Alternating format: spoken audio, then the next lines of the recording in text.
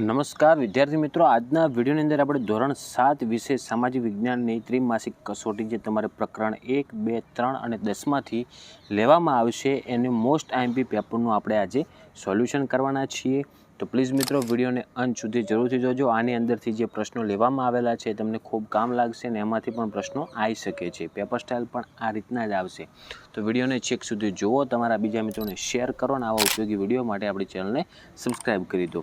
જો મિત્રો તમારે 40 ગુણની ટોટલ કસોટી આવશે અને પ્રકરણ હશે 1, 2, 3 અને 10। આ પ્રકરણમાંથી તમારે પ્રશ્નો લેવામાં આવશે, જેમાં પહેલો પ્રશ્ન તમારે MCQ છે। જુઓ કે દિલ્હી સલ્તનતના પ્રથમ મહિલા શાસક કોણ હતા?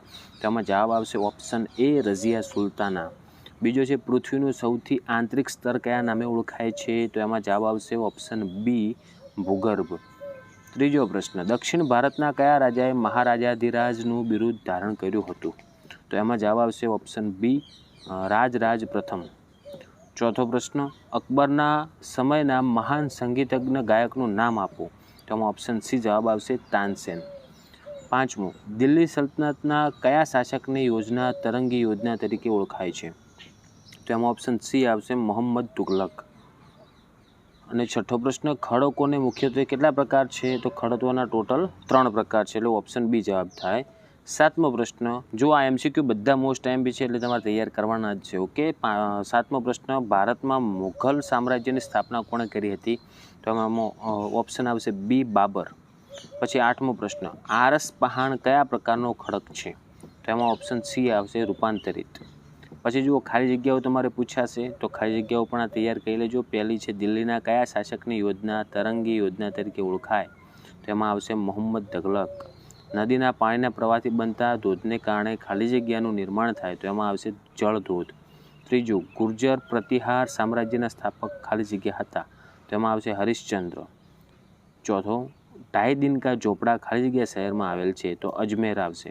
પાંચમું પૃથ્વીના ભૂકવચને આશરે ખાલી જગ્યા ટકા ભાગ મેગ્નેશિયમનો બનેલો છે? તો 35% આવશે। છઠ્ઠી જહાંગીરના સમયના સૌથી મહાન ચિત્રકારોમાં ખાલી જગ્યા અને ખાલી જગ્યાનો સમાવેશ થાય? તો એમાં 2 ખાલી જગ્યાઓમાં જવાબ આવશે, પહેલામાં મંસૂર અને બીજામાં આવશે અબુલ હસન। સાતમો ગુલામ વંશના શાસકો મૂળભૂત રીતે ખાલી જગ્યા અને ખાલી જગ્યામાં પણ 2, તો તુર્ક અને અફઘાન મૂળના હતા। ત્રીજો પ્રશ્ન ખરા કે ખોટા? તો પહેલું છે દિલ્હી સલ્તનતના શાસકોએ કિલ્લા, મકબરા અને મસ્જિદોનું નિર્માણ કરાવ્યું, તો ખરું થાય। બીજું છે ભૂકવચની નીચેનું સ્તર સિયાલ કહેવાય, તો આ ખોટું થાય। ત્રીજું રાજા ભોજે ભોજપુર નગરની સ્થાપના કરી, તો આ ખરું થાય।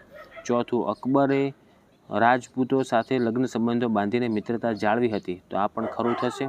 પાંચમું ગોળાસ્મીએ પવનના કસારાત્મક સ્વરૂપનું ઉદાહરણ છે, તો આ ખોટું થાય।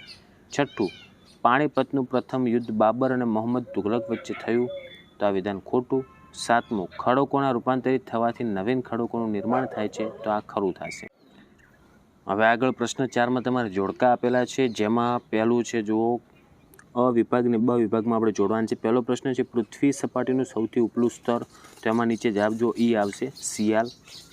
પછી બીજું છે રૂપાંતરિત ખડક, તો એમાં જવાબ આવશે C આરસ પહાણ। ત્રીજું નદીનું કાર્ય, તો એમાં જવાબ આવશે D પૂરના મેદાન। પછી ચોથો પ્રશ્ન છે પવનનું કાર્ય, તો એમાં ઓપ્શન B આવશે રેતીના ઢૂવા। પછી પાંચમું હિમ નદીનું ઘસારાત્મક સ્વરૂપ, તો એમાં એ આવશે ગોળાસ્મી, ઓકે। પછી આગળ બીજો પણ એવો જોડકાનો 2 જોડકા આપેલા છે, એટલે તમારે બંને તૈયાર કરી નાખવાના। પહેલું છે પાણીપતનું પ્રથમ યુદ્ધ, તો એમાં D આવશે 1526। બીજું છે બુલંદ દરવાજો, તો એમાં જવાબ C આવશે મુઘલ શાસક। ત્રીજું મોહમ્મદ બેગડો, તો એમાં જવાબ E આવશે ગુજરાત સલ્તનત। ચોથું અલાઉદ્દીન ખિલજી, તો એમાં એ આવશે જવાબ ખલજી વંશ। અને પાંચમું છે રણજીત સિંહ, તો એમાં આવશે F શીખ રાજ્ય, ઓકે। એના જવાબ હતા। હવે જો આપણે એક એક વાક્યમાં જવાબ આપવાના છે, એવા પ્રશ્નો પણ તમારે તૈયાર કરવાના। પહેલું છે પૃથ્વીનું સૌથી આંતરિક સ્તર કયા નામથી ઓળખાય? તો એનો જવાબ આવશે કેન્દ્રભાગ અથવા ભૂગર્ભ તરીકે। બીજું છે પાણીપતનું પ્રથમ યુદ્ધ ક્યારે અને કોની વચ્ચે? તો ઈસવીસન 1526માં બાબર અને ઇબ્રાહિમ લોદી વચ્ચે થયું। ત્રીજું છે ગઢમંડળાનો કિલ્લો કયા રાજ્યમાં આવેલો? તો એમાં આવશે જવાબ કોંડ રાજ્યમાં આવેલો। ચોથું વિજયનગર સામ્રાજ્યની સ્થાપના કોણે કરી? તો હરિહર રાય અને બુક્કા રાય નામના 2 ભાઈઓએ કરી હતી। પછી ખડક એટલે શું? જો નીચે જવાબ એના લખેલા જ છે, ટેન્શન લેતા નહીં, તમે સ્ક્રીનશોટ લઈને તૈયાર કરી નાખજો. ખડક એટલે શું? તો ખડક એટલે પૃથ્વીના ભૂકવચની રચના કરતા કઠણ પદાર્થો. પછી 2-3 વાક્યના પદાર્થો બે ત્રણ વાક્યના પ્રશ્નો જુઓ. જેમાં પહેલું છે દિલ્હી સલ્તનતના શાસકો વિશે ટૂંકમાં માહિતી. જવાબનો સ્ક્રીનશોટ લઈ લો, તૈયારી થઈ જાય. બીજો છે ખડકોના મુખ્ય પ્રકારો, તો એનો પણ સ્ક્રીનશોટ. ત્રીજો છે મુઘલ સામ્રાજ્યના સ્થાપક બાબર વિશે માહિતી, તો એનો પણ સ્ક્રીનશોટ લઈ લો. ચોથું છે મધ્યયુગમાં દક્ષિણ ભારતમાં કયા મુખ્ય રાજવંશો હતા, તો આ પ્રશ્નનો પણ સ્ક્રીનશોટ લઈ લો. અને પાંચમો મહેલ અને પૂરના મેદાન વિશે ટૂંકમાં સમજાવો, તો આનો પણ એક સ્ક્રીનશોટ લઈ લેજો. પછી સવિસ્તાર એટલે મોટા પ્રશ્નો તમારે જે 4 ગુણમાં આવે કે 5 ગુણમાં આવે. તો પહેલો જ પ્રશ્ન શું છે? દિલ્હી સલ્તનતના વહીવટી તંત્રની રૂપરેખા તૈયાર કરાવો, તો આ સ્ક્રીનશોટ લઈ લો. પછી બીજો છે મુઘલ સામ્રાજ્યના શાસકોના યોગદાનની ચર્ચા, તો એના સંપૂર્ણ જવાબનો સ્ક્રીનશોટ લઈ લો, તૈયાર કરી નાખજો. એકવાર વાંચીને જજો, લખતા ફાવે. ત્રીજો પૃથ્વીની આંતરિક રચના વિશે સવિસ્તર માહિતી આપો, તો એના જવાબનો પણ એક સ્ક્રીનશોટ લઈ લેજો.